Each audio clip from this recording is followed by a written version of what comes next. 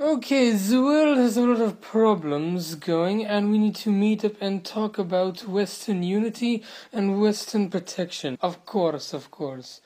And what do we do now? Well, for starters, let's talk about improving the economy, improving our militaries, thinning immigration from our former colonies, and of course, doing everything to make sure our planet stays green. That's right, laddie.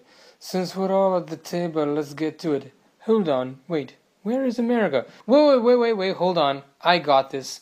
Where did you come from? Where did you go? Where did you come from, Cotton Eye Joe? Ever since the second half of 2015, I've shifted my opinion on Donald Trump multiple times. I started off not caring about him, then I didn't like him, then I supported him because I still kind of agree on some of his immigration policies towards third world countries.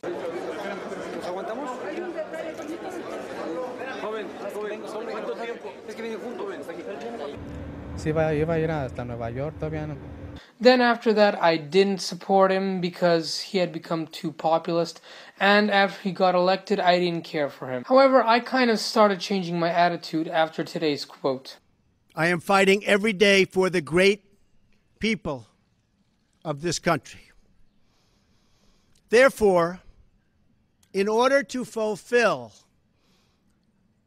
my solemn duty to protect America and its citizens, the United States will withdraw from the Paris Climate Accord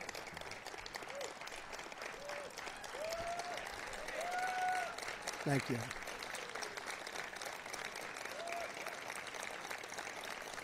Thank you. But begin negotiations to re-enter either the Paris Accord or in really entirely new transaction on terms that are fair to the United States, its businesses, its workers, its people, its taxpayers. So we're getting out, but we will start to negotiate, and we will see if we can make a deal that's fair. And if we can, that's great. All in all, I am paying more attention to Trump now than I did before. I mean, seriously, I thought his talk was all a bunch of hot air after he got elected.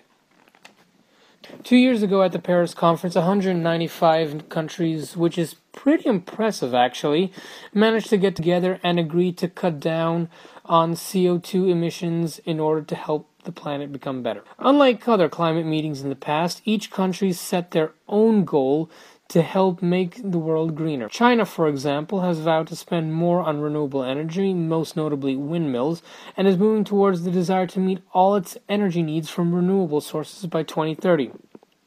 The European Union will cut 40% of all carbon emissions by 2025, Brazil will cut them by 10%, and implement fast reforestation processes to keep the Amazon rainforest intact. In this part of the Amazon in northern Brazil, illegal deforestation has been rampant for decades.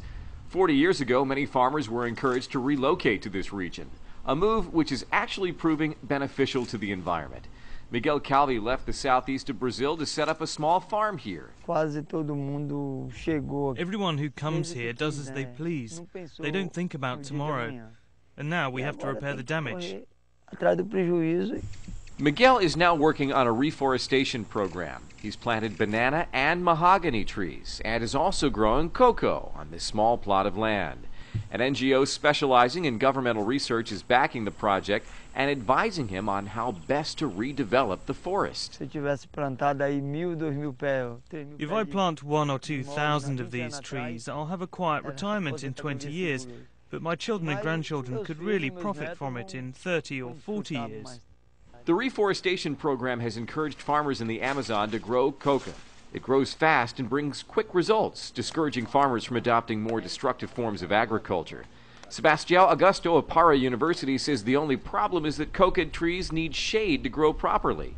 We're going to produce bananas, which will also create shade for the cocoa plants growing underneath. It's a long-term project. You can't just recreate a forest from one day to the next. Manuel Jose Lete is another small farmer working to regenerate deforested land. He's taken a more organic approach, working without the use of pesticides.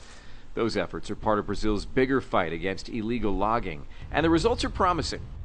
Since 2004, the rate of deforestation has fallen by 80%. But changing attitudes is the hardest part. There are a good number of people who want to preserve the forest, but many others believe it is important to destroy the forest, to farm the land effectively. Small farmers are hoping to prove that it is possible to combine profit with protection of the Amazon. It may be a crucial development for a country which has lost 20% of its rainforest in the last 40 years. That's the story. Thanks for watching. From Bocas del Toro, Panama, I'm Brian Andrews, reminding you to become a fan of our Facebook site, Brian Andrews NTN24, and follow our travels throughout Latin America on Twitter, @BrianAndrews. India plans to take on a similar role to that of China and to promote clean energy consumption, and even my favorite country, Canada, will cut emissions by 30% by the year 2030. In short, the agreement has made sure that each place in the world will reach their own attainable goal.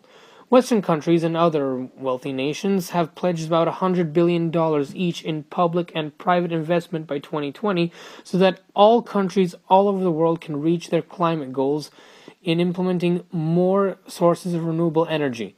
I mean, that's pretty good, actually. So the only thing that we just need to do now is make sure that certain diplomats are good at negotiating all the terms to make sure that people actually do that. Yet, there is one country in the world where climate change is still a debate, and that is the United States. The second biggest emissions producer. I mean, why? Not only will this hurt the globe, this will also hurt the US's political position. As seen at the G7 summit a couple of days ago, the other 6 countries had one hell of a rocky position with the new president. I mean, Bernie Sanders himself stated that this decision meant that the US was no longer a leader in the world. And I'm kind of actually beginning to agree with that. Merkel and Juncker have distanced themselves from the US. Trudeau has also affirmed a strong position with the Paris deal and the rest of the world. Even Russia has said that it would allow the Paris deal to continue. Es geht nicht so. Die Amerikaner können überhaupt nicht aus diesem Klimaabkommen aussteigen. Das denkt Herr Trump, weil er sich den Dossiers nicht nahe genug nähert, um sie vollumfänglich zu begreifen. Es braucht 3-4 Jahre, nachdem dieses Abkommen im November 2016 in Kraft getreten ist, um aus diesem Abkommen auszusteigen.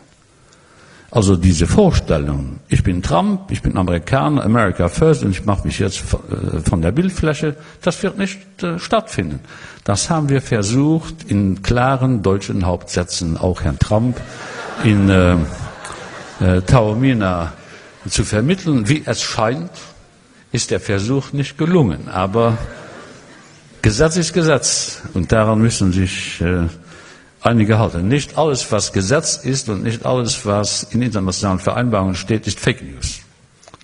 Daran ist sich zu halten. Just what the actual fuck? There are divisions in the US as well. I mean, Ivanka Trump, his own daughter, has been against withdrawing from the Paris Agreement. Bill McKibben said that this was the dumbest move since the Iraq War. Obama has also stated that the US is no longer a leader in climate change, something very similar to Bernie Sanders. I mean, like, what the hell? I don't even want to mention what Al Gore's response was like. Even Trump's own advisor, Elon Musk, resigned. Oh my god. I just wonder what Trump will do next. I thought we were all past this. Now I realize I'm going to get a lot of hate from certain populists who are pretty stupid. But look, come on. You do have to agree that every other developed nation in the world has come to an agreement that climate change is real. Now, I'm not saying we have to go all ultra-liberal in it. I am not saying that. But we do need to make sure that our planet stays in one piece. I mean, look. Obama said it himself, we only have one planet. In the first 100 days of his presidency, Bush also barred federal funding for stem cell research, and he supported oil drilling in the Arctic National Wildlife Refuge. And speaking of environmental policy, the Bush administration announced that it would not abide by the 1997 Kyoto Protocol on carbon emissions. And that didn't go over well with environmentalists in the U.S. or in all of these green parts of not America, because they were like, you guys made all the carbon. To which we said, this is America.